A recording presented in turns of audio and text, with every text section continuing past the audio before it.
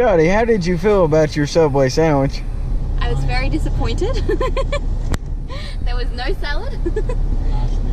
None of the ingredients on there. It was very bland. Who ordered your Subway sandwich and went and picked it up and was supposed to check it? Retro did. Did he check it? No.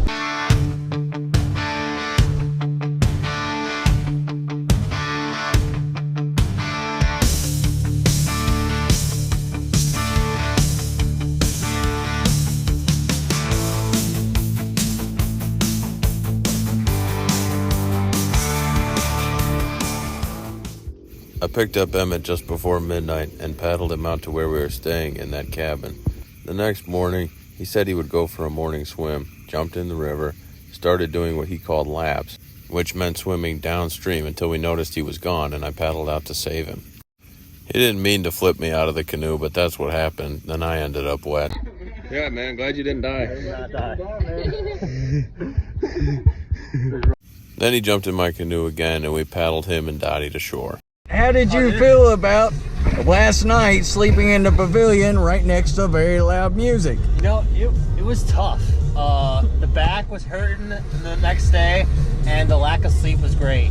Did you expect all this when Retro called you and said, hey, I have a very cool campsite. You want to come out at 11 o'clock p.m. and let me pick you up in my canoe? I kind of expected something. It's always a surprise. Good chat. Mowgli and I took the canoes, paddled them across the flooded park and into a thicket Mowgli had scouted out earlier. Then I wrapped a bicycle lock around a down limb and threw both of our canoes and locked it up so that it would be there still when we came back. Mowgli took the 2 paddles so that no one could get away with our canoes if they did unlock them, and I took my drone case and my coffee thermos. We swam through the thicket, walked over a road, and then swam across the lake to where Dottie and Emmett were.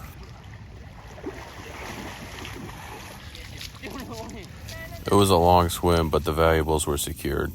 Emmett and I dropped out of the same college after freshman year. He went on to another college, and I went on to do this, but we've stayed in touch the whole time.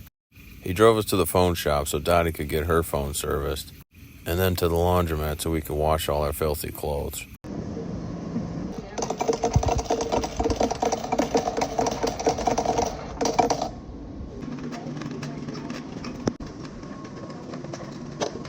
Emmett's a pretty adventurous guy, too. My favorite memory with him was when we drove up to Cape Canaveral and watched a rocket launch into space. We just went into the phone store and apparently some sort of Google warranty thing, so it was all free, all covered. So it didn't have to pay a thing and it's all fixed. He told me I needed a haircut and I said he could pick out the style if he paid for it. So he picked a mullet.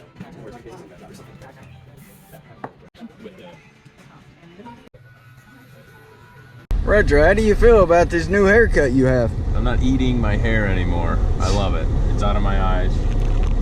I like it. We went bowling after the barber shop and I put our names in the lane as Fatty, Fattier, and Fattiest. We don't take the game very seriously because you can eat nachos while you do it, so...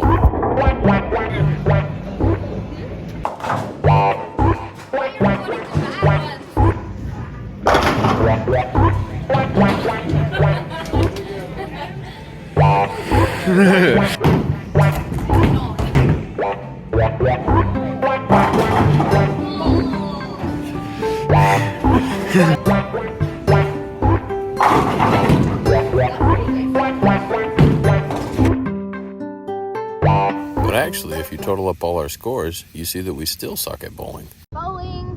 Victorious once again. 2 years in a row. 2-time world champion, baby. Yeah, I suck.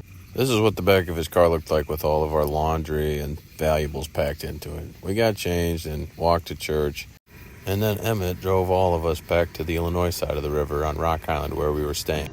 Dance! Emmett, dance!